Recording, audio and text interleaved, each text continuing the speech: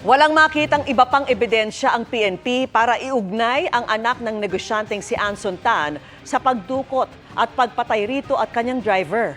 Nilinaw din ng pulisya na hindi sila ang naglabas ng extrajudicial confession ng isang suspect na nagdawit sa anak. Nakatutok si June Veneracion. Matapos irekomenda ng PNP sa Department of Justice na imbestigahan ang anak ng kinidnap at pinaslang na negosyanteng si Anson Tan, sinabi ngayon ng PNP na wala silang makitang ibang ebidensya para iugnay sa krimen si Alvin Ke. Based po dito sa naging case build-up at investigation po ng PNP po ay wala pong direktang ebidensya na maglilik po kay Ginoong Alvin Ke dito po sa nangyaring pangingidnap mo sa kanyang ama po. Si Alvin Ke, idinawit ng suspect na si David Tan Liao sa isang extrajudicial confession. Pero nakulangan daw ang PNP sa pahayag ni Liao dahil wala raw siyang maiharap na ebidensya. Sa sinumpang salaysay rin ng dalawang arestadong suspect na sina Richardo Austria at Raymart Katikista na ibinigay sa GMA Integrated News sa isang source, wala silang nabanggit na nakausap na Alvin Ke. Maliban sa mga claim ni Alvin Tan Liao, hindi naman niya maback-upan yun. Yung sinasabi niya, restaurant na pinuntahan nila, may mga tawag sila between him and Alvin Ke. Wala siyang maipatunayan doon. Nagalit daw si PNP Chief Romel Marbil sa paglilik ng extrajudicial confession ni Liao. Iginit ng PNP, hindi sila ang naglabas ito. We are not stupid enough para ilabas po ito. Katulad ng sinasabi po nila. Medyo masakit na sabihing incompetent ang AKG. Bukas ay maghahain daw ng motion ng PNP Anti-Kidnapping Group sa Department of Justice para maalis si Alvin Ke sa listahan ng mga respondents sa pagdukot at pagpatay sa kanyang ama at sa driver nito. Sa isang pahayag ng abogado ni Alvin Ke na si Attorney Kit Belmonte, sinabi nitong nabigla sila sa ulat na isinasangkot siya sa krimen. Nakikipag-cooperate daw siya at ang pamilya niya sa pulisya at ibinibigay ang anumang pwedeng makatulong sa investigasyon para malaman kung sino ang nasa likod ng pagpatay sa ama. Sinusubukan pa ng GMA News na makuha ang panig ng pamilya ni Tan. Para sa GMA Integrated News, June Veneracion, nakatutok, 24 oras. Isa sa pinakamahalagang dokumento ang birth certificate o katunayan ng kapanganakan. Pero wala niyan ang 5 anak ng nanay na dumulog po sa aming tanggapan dahil ayaw umunong makipagtulungan ng tatay ng mga ito. Tinulungan siya ng team ng inyong Kapuso Action Man.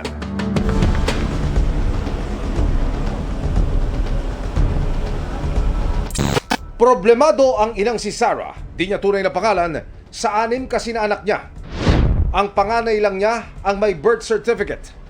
Ayaw umanong pirmahan ng ama ang late registration of birth ng 5 anak. Ito'y dahil hindi raw sumang-ayon si Sarah na magpalit ng relihiyon noong nagsasama pa sila. Hiwalay na sila ngayon at hindi pa rin kasal. Pero ang problema, ayaw pa rin daw nitong magbigay ng affidavit of admission of paternity. Malaking dagok ito sa mag-iina, lalo't isa ang birth certificate sa mga hinahanap na dokumento para makapag-aral sa kolehiyo. Dumulog ang inyong Kapuso Action Man sa Philippine Statistics Authority o PSA para maiparehistro ang kapanganakan ng anak kung walang affidavit of admission of paternity. Yung option po dito, dahil hindi po kasal yung magulang, mag-a-apply ng late registration under the surname po ng nanay. So ang mangyayari, dahil wala pong recognition, magiging unknown yung pangalan ng tatay sa kanyang birth certificate nung 5 kanyang anak. Hindi na rin daw kailangan bumalik sa lugar ng kapanganakan para magparehistro. So makipag-coordinate lang sila sa local civil registry office for the late registration. May tinatawag tayo na out-of-town delayed registration. Ipapa-assess din daw ng PSA ang pamilya ni Sarah kung maaari silang maipasok sa Birth Registration Assistance Program ng ahensya. Ang late registration kasi upon compliance ng mga requirements, magkakaroon pa ng 10-day na posting. So, ipopost pa yan ng ating local civil registry office, and then after that, pag wala naman pong na-receive na complaint, dun pa lang po i-register yung birth certificate. Nagpapasalamat naman si Sarah sa tulong ng PSA.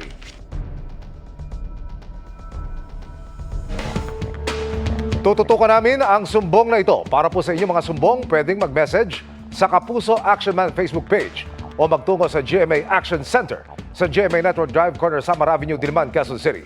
Dahil sa anumang reklamo, pang-abuso o katiwalian, tiyak may katapat na aksyon sa inyong Kapuso Action Man.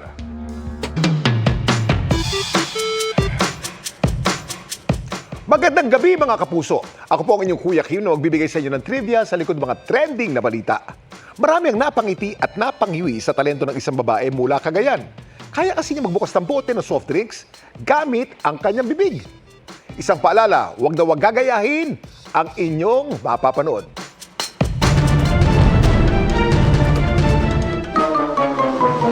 Ang babaeng ito, nagpakitang gila sa isang wedding reception sa Ballesteros, Cagayan. Hindi siya kumanta o sumayaw, kundi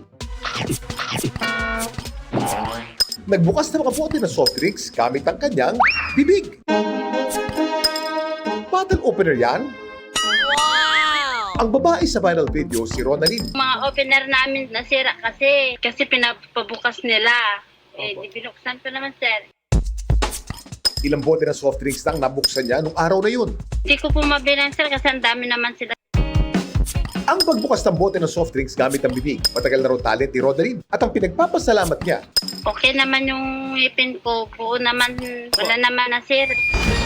mapangiti kaya niya mga dentista sa pagpapakitang gilas niyang ito. Kuya Kim, ano na? Alam niyo ba na ang pinakamatigas na bahagi ng ating katawan makikita sa ating bibig? Ito ang enamel o yung panlabas na bahagi ng ating ngipin. Mas matigas pa ito sa ating mga buto. Binubuo kasi ito ng mataas na konsentrasyon ng mineral, kaya ng hydroxyapatite na isang uri ng calcium phosphate. Pero kahit na ito ang pinakamatigas na bahagi ng ating katawan, tandaan, maaari pa rin ito masira o di kaya ay magkakavity. At kapag nangyari ito, hindi na ito kusang nagre-regenerate tulad ng buto. Napaka mapanganib nito. Pag nabali ito, maputol siya, hindi na ito maikakabit pa. Paalala naman ng mga eksperto, ang pagbubukas ng bote ng soft drinks gamit ang bibig, lumang delikado sa ating ngipin at bibig. Maaari kasing mabali ang ngipin o di kaya ay mabasag ang enamel. Kapag nabali ang ngipin, papasukan ngayon ng mikrobyo o yung bakterya. Magkaka-infection naman yung gilagid. Tandaan na ang ngipin ay ginagamit lamang sa pagmuya. Maaari ding matanggal o lumuwag ang ating mga ngipin at mapinsala ang panga. Kasi yung force o yung trauma, yung lakas or yung impact ng pagkakagagat ay magkakaroon ng epekto dito sa jaw natin. Mas mainam pa rin gumamit ng wastong pambukas ng mga bote. Pero alam niyo ba kung kailan na-invento ang mga bottle opener? Noong 1892, inimbento ng Amerikano si William Painter ang crown cork bottle cap o mas kilala natin ng mga Pinoy bilang tansan. Kasabay nito, ginawa rin ang unang bottle opener upang mabuksan ang mga crown cork bottle cap. Ang disenyo ni Painter tinatawag na church key bottle opener, para susi, hindi po ba? Na ginagamit pa rin magpahanggang ngayon. Yun. Samantala, para malaman ang trivia sa likod ng viral na balita, i-post o i-comment lang. #Kuya Kim, ano na? Laging tandaan, kimportante ang may alam. Ako po si Kuya Kim at sagot ko kayo 24 oras. Gaya ng pangalan ng pista, kalipay o talagang masaya ang pagdiriwang ng kinalipay sa Isabela sa Negros Occidental. Pinaningning yan ng Kapuso Stars na nagdala ng fun at kilig. May report si Eileen Pedreso ng GMA Regional TV. Bilang pagpapasalamat sa mga natanggap na biyaya, lalo na ang masaganang ani, ipinagdiriwang ang kinalipay sa Isabela sa Negros Occidental. Sa parada, kasabay ng pagbubukas ng pagdiriwang, present na Kapuso Stars, gaya ni Christopher Martin at Aaron Villena, na marami raw natutunan sa kasaysayan ng bayan. Ang tawag doon sa bayang ito ay Manakop. Ngunit noong 1861, pinalitan ng unang parish priest ang pangalan ng bayan at ginawang Isabela para kay Queen Isabela II ng Espanya. Proud ang mga taga-Isabela dahil 2 beses nang nabigyan ang bayan ng Seal of Good Local Governance or SGLG mula sa DILG. Si Juancho Trevino, tinikman ang sarisa chips. Mga puso, maraming masarap na produktong may pagmamalaki ang Isabela. Ilan lang rito ang sarisa chips. Hinarana din ng 3 mga taga-Isabela sa Kapuso Fiesta sa Municipal Public Plaza. Kasama rin nila ang Kapuso host na si Pepita Curtis. Ganun din kami, sobrang saya na nakita sila. Sobrang appreciative sila, sobrang talaga nagkikasabay sila. Mula sa GMA Regional TV at GMA Integrated News, Aileen Pedreso, nakatutok 24 oras. Umani ng papuri at respeto ang mister ni Chika Minute anchor Iya Arellano na si Drew Arellano matapos niyang ibahagi sa social media ang pinagdaanang vasectomy procedure. Pero ang prosesong yan, bakit tila kinatatakutang subukan ng ilang kalalakihan kahit hindi dapat? Alamin ang mga maling akala sa pagtutok ni Rafi Tima. Happy vasectomy. Katatapos lang magpabasectomy ni Drew Arellano sa ospital sa post na ito ng asawa niyang si Chika Minute host Iya Villania na nang i-share ng GMA Integrated News ay umani lang libu-libong likes. Ang vasectomy ay isang minor surgical procedure at uri ng male birth control kung saan puputulin ang daluyan ng sperm para hindi na lumabas sa katawan ng lalaki. Sa caption ng hiwalay na post ni Drew, sinabi niyang advanced Mother's Day gift niya kay Iya ang procedure na umani ng respeto hindi lang ng mga kaibigan kundi ng publiko at maging ng Commission on Population and Development. We're super impressed with what Drew did, no? Kasi nga 0.1% of males in the Philippines undergo vasectomy. So it's telling yung data natin pa lang. Kaya to see a popular personality doing that, no, we laud Drew Arellano for doing that, no. So may your tribe increase. Matagal na rin pinopromote ng pamahalaan ng vasectomy bilang isang paraan ng family planning. Pero wala pang 1% sa mga kalalakihang Pilipino ang gumagawa nito kahit isang beses lang ito gagawin kumpara sa ibang paraan na paulit-ulit at nakasalalay lang sa mga babae. Female-centric methods pa rin are the most popular method in the Philippines. So mga women pa rin, may increase in family planning usage sa Pilipinas pero sa mga kababaihan. Si Drew nagulat sa naging reaksyon ng mga tao sa kanyang pagpapavasectomy na noong nakarang taon sana niya ito gagawin. Hindi lang natuloy, kaya nagkaroon ng pang-5. So, nalaman ko na lang din na may mga kaibigan ako nag-vasectomy after I did it because nga they reached out. Parang, welcome to the V Club. Nag-research din daw si Drew kaya alam niyang hindi totoo ang mga haka-haka tungkol sa vasectomy. If there's already medical data, then I follow medical data and I believe that when the data shows itself that it's okay, then it's okay.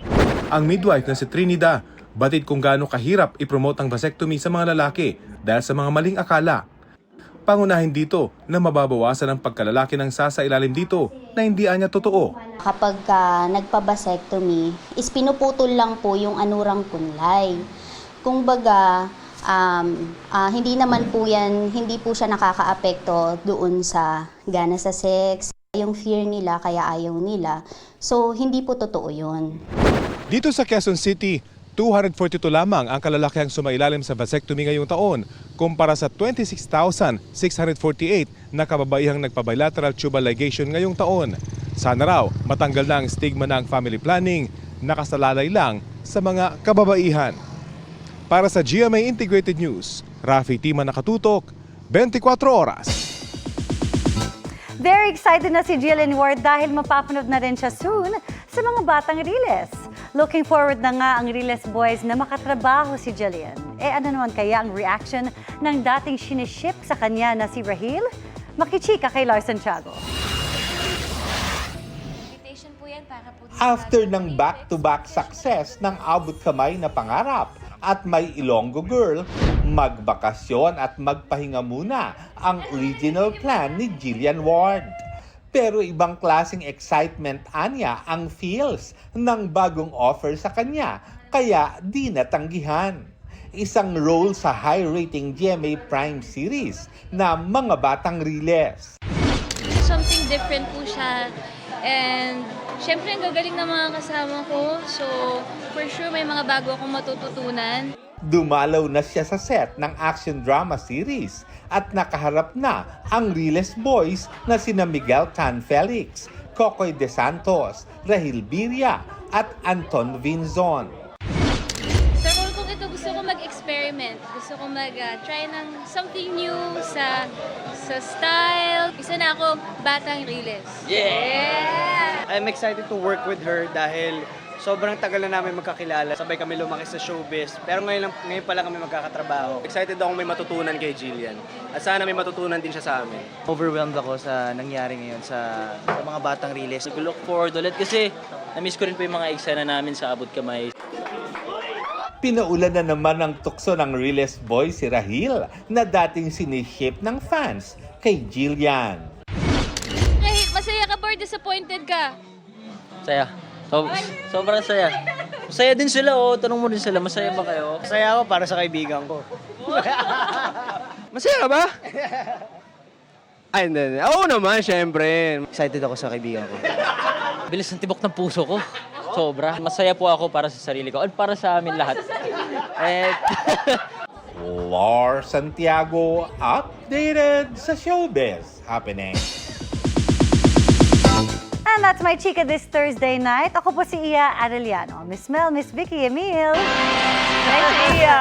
Congrats, Iya. Wala nang baby number 6. At 7, at 8, 9, 10. Pero congrats. At iyan ang mga balita ngayong Huwebes. Ako po si Mel Canco. Ako naman po si Vicky Morales para sa mas malaking misyon. Para sa mas malawak na paglilingkod sa bayan, ako po si Emil Sumangil. Mula sa GMA Integrated News, ang News Authority ng Pilipino, nakatuto kami 24 oras.